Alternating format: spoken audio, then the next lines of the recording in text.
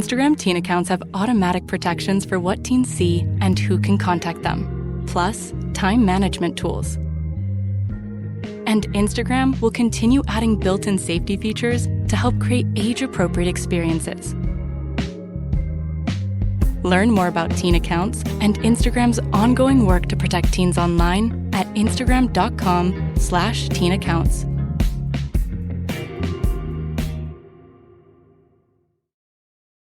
Hey guys, if you run a service business, consulting practice, or agency, you've probably been told the same advice. Charging by the hour, scale your team, fail fast, and compete on price. But what if almost all of that advice was wrong? In today's episode, guest Joel Miller, you'll learn how he built a 500K plus agency with just 2 people, him and his brother. And he's been doing it for 17 years. No massive team, no hustle culture burnout, and no race to the bottom on price. In this episode, we break down how a tiny agency can outperform large firms by focusing on value pricing, strategic thinking, and high trust client relationships. Joel explains why hourly billing actually punishes expertise, why your highest paying clients are usually your easiest clients, the surprising sales technique where he actually tries to talk prospects out of working with him, and how AI is making human relationships more valuable, not less. We'll also dive into one of the most controversial ideas for entrepreneurs, why the best investment you can make might not be stocks or real estate, but in your own business, marketing, and in yourself. Later in the episode, Joel shares a simple strategy most companies miss during downturns, one that helped businesses capture massive market share during recessions. So if you're a consultant, entrepreneur, freelancer, or professional trying to earn more without working more hours, this episode will completely change how you think about pricing, growth, and building a profitable business. Now let's get into it. Welcome to the Financial Freedom Podcast. I've got Joel Miller here. He runs a 500K plus agency with just 2 people. We're going to talk about strategic marketing without the overhead, what he does in his agency. He's been there for 17 years. I'm really happy to have him on. Joel, welcome. Thank you for having me. My name is Joel Miller. I run and operate The Sky Floor with my identical twin brother, Alan. Yes, we've been in business for 17 years. We recently turned 42 or 10 and a half, depending on how you slice it. We've been in business for that amount of time because our twinship goes longer than the business. We'll talk about how you built a 500K plus agency with just 2 people for 17 years. The second is, how do you go into business with family? Oh yeah, people always say that, right? Don't go into business with your family, even friends sometimes. It depends on the family. We've never been those types of twins who are like, we got to be as different as we can from each other. And we have to, I can't stand the guy. We've always been best friends. I think it works because we understand how each other think. People always ask, is twin telepathy real? We're like, not really. It's not uncommon for him to text me and then he says, you jerk. I was just about to write back the exact same phrasing you just sent to me. Telepathy isn't real in a metaphysical sense, but it is because we've known each other for so long. What I love about you is you have several contrarian views. The first is a lot of entrepreneurs, you talk to them, they say fail early, fail often. You say that's destroying your business. I think it can. If your kid came home and they were struggling with math, would you be like, you need to fail harder and fail faster? I doubt it. That's not good advice. I think you'd help them understand the problem, adjust their approach, and help them plan to succeed. We're giving ourselves the opposite advice, which is very strange. I think it's become a badge of honor, and it feels like people are planning to fail. And like, of course, we're going to face failure, but I think our default orientation should be towards success. Our mindset matters. And we should plan to succeed, but prepare for those setbacks and then stop treating failure like it's a strategy. Because in the end of the day, it gets at the core and we want to learn from our failures, but it's not a strategy. It's not going to help you. Interesting. Why do you say business in the front, party in the back? Stop taking yourself too seriously. The business mullet. We've run across so many businesses while we've been doing this that take themselves a little too seriously. It can happen in certain industries. Lawyers come to mind immediately, law firms. It's so stuffy that it feels inhuman. At the end of the day, we like to smile and laugh. Even the stodgiest lawyer likes to do that. I think if you can be a little bit business, if you can have a business in the front, present yourself professionally, but then, when you turn that hair, I want to see the mullet and be like, oh, you're a person who likes to have fun too. You get the joke and we can relate. Like, that helps your business grow because people are attached to you, who you are, and the personality of it, not just the commodity product you produce.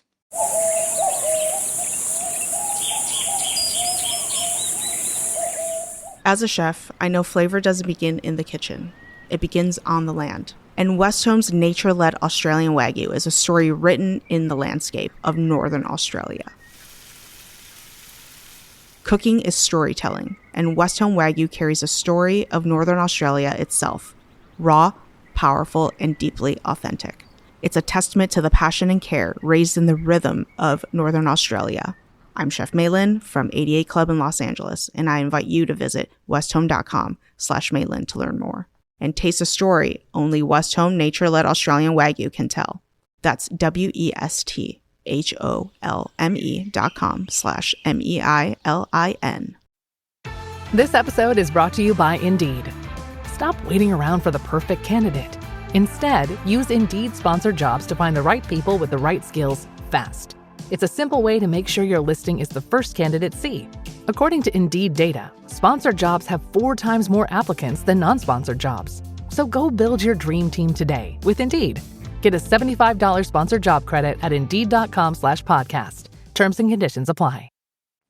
A lot of our audience, they get paid by the hour, like a doctor. Right. You say, how do you price services based on value rather than hours? What conversational shifts need to happen with clients? Hourly billing punishes you for getting better at your job. That's the whole problem. So much of the world operates that way. If you have a traditional agency model, for example, it lives large in your brain because you hire people at an hourly pay. Even if they're salaried, it's going to come down to an hour. You're trying to do all the math based on what you charge the client per hour. Is there enough margin there so that when they're busy, maybe 65% of the time, I'm still making profit on their time? I get why it's baked in, but you're leaving something on the table. If you get really good at something, it takes you a quarter of the time. Do you deserve a quarter of the pay? It's all your experience that got you there, all the expertise. And as we know, you can have it good, fast, or cheap. Doing something fast is valuable.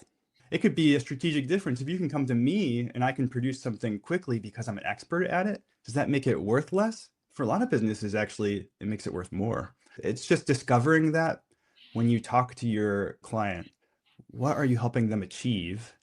What's the outcome? Does it have a business return? If it does, you should be pricing based on profitability for them, not just the amount of time it takes. Along those lines is the race to the bottom, competing on price. What happens when clients say, that's too much, I can't afford it, you're overcharging? Yeah, we don't have that come up much. A lot of times in the sphere we operate in now, pricing can be a good mechanism to make a project worth it. If you're one of my clients listening, this has never happened to you, I promise. If someone comes along, we're not convinced it's going to be a good fit, but we're still intrigued. We think there might be a little pain in the relationship. We might price it higher than we would normally. We're pricing not just for the work we're doing, but for the trouble we think the relationship might be. Sometimes those people say no and move on. That's fine, because either way, that's why I do that, because it's either I'm going to make it worthwhile for me to deal with what I perceive are going to be some red flags, or they walk away, and that's fine with me. That leads into another big philosophy of ours, which is I love to try to talk people out of working with us. I think it's the most powerful marketing and sales technique you can use. If they've come to you because they understand something about what you offer beyond just the commodity of it. They're not just out there. When people come to us, that's often the case. If I can say, why us? Why are you even talking to me? They're like, wait, what? I thought you're here to pitch me. What happens is they have to defend what they understand about what we offer. Once they're in that boat, they start selling themselves on me. It becomes this really interesting mechanism. I don't think it's pure reverse psychology, but it's in that realm of clarifying the relationship by saying, hey, maybe there's another way you can do this. Maybe we're not the best for you. I was having lunch with my colleague the other day. We were talking about how do you screen out, we call them leeches. They suck your energy and time away. And he was just like, double your rate and Exactly.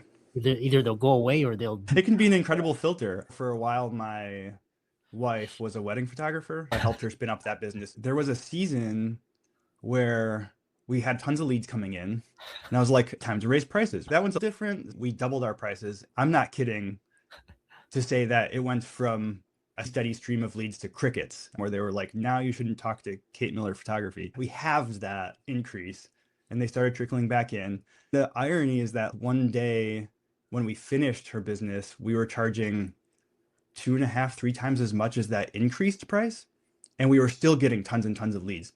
All that being said, you have to do a little bit of pricing work to make sure you fit your market at the given moment. It's not infinite, but there's a lot more wiggle room without alienating your marketplace than people think. We were also saying that once you raise your rates and you get clients that pay that rate, they actually become a better experience for both sides. Why is that? That's a great question, because we've experienced the same exact thing. The clients who've paid us the most, if I look back at the last 17 years, are usually the lowest maintenance clients, which is shocking. You'd think those are going to be the people who demand the most. In a sense, they demand the most, but they're also confident in their decision. They understand that good work costs good money. So they're not sitting around looking to babysit you. They paid the real price for someone they don't have to do that with. There's a mindset in the lower end that the people who come and price shop at that level are usually scared of spending money. They live off of an entire fear, scarcity mindset that travels into their relationships too. They're going to be fearful, act like good work is scarce, hard to come by. So they have to micromanage you. They have to be the one to make sure the output's good. At the high end, the trust is there. Quick pause here. If this episode is making you rethink how your income is structured, that's intentional. Information doesn't create freedom. Structure does.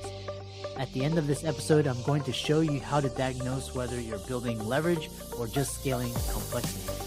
Let's get back into it. What's the secret to running a 500K plus agency with just 2 people for 17 years? First and foremost, it is value pricing. We could not do those numbers with just 2 people if we weren't able to prove that we provide real value to clients. We wouldn't be able to do it and not be working 24/7. I think there's room to grow still for us. It's focusing on the value we provide, the outcomes and the problems we can solve. So we want to be in a strategic relationship with our clients. I think that produces long-term relationships. The value goes up. It produces trust that allows us to have wiggle room, because we're not sitting there checking off a box of deliverables. It's what do we need to do this month to help you achieve your goal? The secondary thing is tools. I'm always on the hunt for tools that make our work easier, more efficient. Our overhead is extremely low. If I can find something that I have to pay $300 for, $500 for a period, even if it's a monthly thing, and I know it shaves 20 hours off the work it takes to do the thing, that's well worth it. Finding those tools that help your efficiency is key. And if it makes you more efficient, then buying the tool is a no-brainer, because you can do the math. The tool isn't good if you bill by the hour, because now you're in the position where that took me a quarter of the time. So now I make a quarter of the money and then cannibalized more of my profit by buying the thing. We don't want those perverse incentives. We want to do good work and be efficient for our clients. On the subject of AI, we were talking about the race Yeah. to the bottom. AI is commoditizing all and making it very cheap. You're using AI with just 2 people. How are you reconciling this dichotomy between cheaper prices and increased productivity? AI definitely threatening to commoditize a lot of elements, and the democratization of content creation is making the ideas and who they're attached to matters more than ever. That's always been our strong point in our business. It's partnership. People come to us because we're honest, We have good ideas. We can synthesize all kinds of ideas into new outputs for them that help them achieve their goals. Yes, AI does some of those things, but nothing like them coming to Sky Floor and being like, what should we do next? How are we going to execute that? If I go ask an AI about that, I'm not turning that result over to them. There's still the human layer of me. And that's the part that has the trust. They're never going to turn to the AI for that same relationship because it inherently can't have it. It's just a computer. I can go to Claude or ChatGPT, ask a question, get a pretty good answer. If I'm scrolling through LinkedIn, my favorite person's Substack, they come up with the same topic, I'm paying 3 times attention because they say it and I trust them. It's scary, but more exciting than ever before. People who can forge those relationships and partnerships, you bring your personality, we're going to be successful. We have to pivot sometimes how we're doing that. So you say run your business like you potty train a toddler. Any parents out there know that the potty training experience is a magical time. No, it's tough. You have a goal in our business. The goal with potty training is we need them to start going into the toilet. There's a lot of reasons it saves on diaper costs. It's good for the household. Your next goal is good for your business. You're going to have successes, move forward and progress towards those goals. There's also going to be accidents. And you're going to wonder, will it ever work? There's going to be points of near despair. Can I hit that level that I want to? But you keep going just like we do with our toddlers. A lot of times our businesses are like a belligerent little toddler who has the tantrum on the ground and you're like, all right, new approach. I still need to get to this end thing that I want. So I'm going to have to be adaptable. I'm going to have to learn from failures. In the end, we're going to get there. We were potty training one of our kids. We have two kids. And I was like, this feels so much like operating the business sometimes. Luckily, those goals in our business are long past. It's an awkward teenager now. What is bro marketing mythology?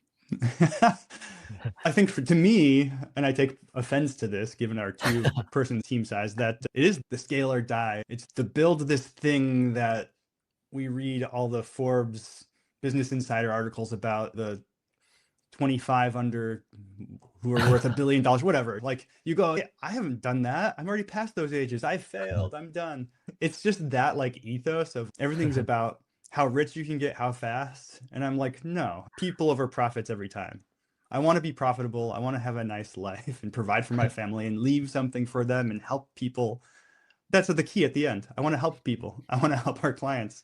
I want to approach relationships as a person and not just people or $ profit marks available for me.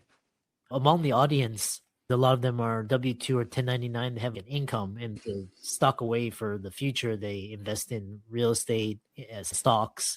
You talk about the biggest ROI is investing in your business, marketing in themselves, more ROI than, say, for example, the stock market or real estate. I always say to people, I think not everyone can be an entrepreneur. I used to think that was possible. That is definitely not possible. We all meet people who are, you're like, yes, if you tried to manage all the aspects of this, you would, it's just not going to work. But I now say everyone who can be, should be an entrepreneur. And it can look at how you invest looks different in different seasons. We've had some years where we've grown 20, 25% on the bottom line. There's no place you're going to get that kind of raise or that kind of return on your investment. Don't throw your money away. But if you're looking at your business and there's something you need to do and spend some money on, it might be better turning that around and throwing it into your business than it is to put in the stock market. If you could do a 25 or 50% year-over-year growth with your stocks, we would all do that. But it actually is possible. If you can produce some new layer of value and find the right people who are going to come along with you and invest in that and buy that from you, then you have this chance to have a return that is simply impossible in other investment vehicles. I was listening to a podcast the other day and they were talking about, for example, getting to 100,000. Right. Basically, it was like you save 275 a day for a year. And then they were comparing the different, like you do a 5% a CD, you save it, you put in the stock market or real estate. The highest ROI was marketing investing in yourself and in your business. You can get astronomical rates if you're successful. You can fail too. That's true. I want to piggyback on that idea. Another favorite idea of mine is to treat marketing spend on your business the way that I think treat your investment portfolio, which is called dollar cost averaging. You put in a set amount on a schedule, whether the market's up or down, take the emotion out of it. It's a strategy you execute. What we've seen is that whenever there's a downturn in an industry or widely economically, like 2008, the businesses who didn't pull back their marketing, there were opportunities that others missed because they cut that from the spreadsheet and captured more market because they didn't do the scared thing, the logical thing, which is we need to cut one of the softer expenses. Maybe marketing is that. There's less competition in the Google Ads space during that time. There's more chances to reach more people and set yourself up for that next upturn because it doesn't go down forever, and capture more market share. Be disciplined about your marketing spend and follow that just like you would if you were dollar cost averaging your stocks. My colleague, she was saying that the best times when you have downturn like COVID or 2008, that's the time you need to invest more dollars in marketing and advertising. And the same thing goes with dollar costs. Those times you want to capture more. It might make sense to add a little more because you can see value. There's value there because we know that it doesn't always go all the way down. It doesn't always go up constantly. That's the cycle of markets. Take advantage in your marketplace for your business. And when it goes down, save a little rainy day fund and say, all right, we're going to actually, as other people are pulling back, we're adding 20%. We're going to capture more market share. How can people connect with you and learn more from you? They can head to our website, theskyfloor.com. There's also a thing called website readiness or website ready. If you navigate around the site, you'll see it. We've got a PDF that you can download. It helps you figure out what you need for a website project. You can bring that anywhere you want, not just to us. It's a freebie. Thanks so much for coming on and really enjoyed talking with you. I enjoyed talking with you. Thank you again for having me. This is your fix. I am your host, Stassi Schroeder. Welcome to Tell Me Lies, the official podcast. What's the most unhinged thing of season 3? Steven, because he's so evil. I do think he is misunderstood. You see everyone face consequences. It's intoxicating. The writers just know how to trick you. There's always a twist in this show. Tell Me Lies, the official podcast, January 6th, and stream the new season of Tell Me Lies, January 13th on Hulu and Hulu on Disney+. Let's zoom out. If you're a physician, founder, or high-income professional, and you feel like you're working harder every year, but not structurally freer, you're not alone. The mistake isn't effort, it's architecture. This show exists to help you convert expertise into scalable leverage, faster and with fewer expensive missteps. Here's the diagnostic I mentioned before. If your income requires your constant presence, if your capital isn't compounding outside your profession, if your highest value talent is doing low value tasks, you don't have a growth problem, you have a leverage design problem. And if you want to fix it with clarity instead of guesswork, I offer a limited number of one-on-one leverage strategy sessions each month. We audit your income model, capital deployment, authority positioning, and structural bottlenecks, and design your highest return move. If you're serious about compressing years into months, the link to apply is below.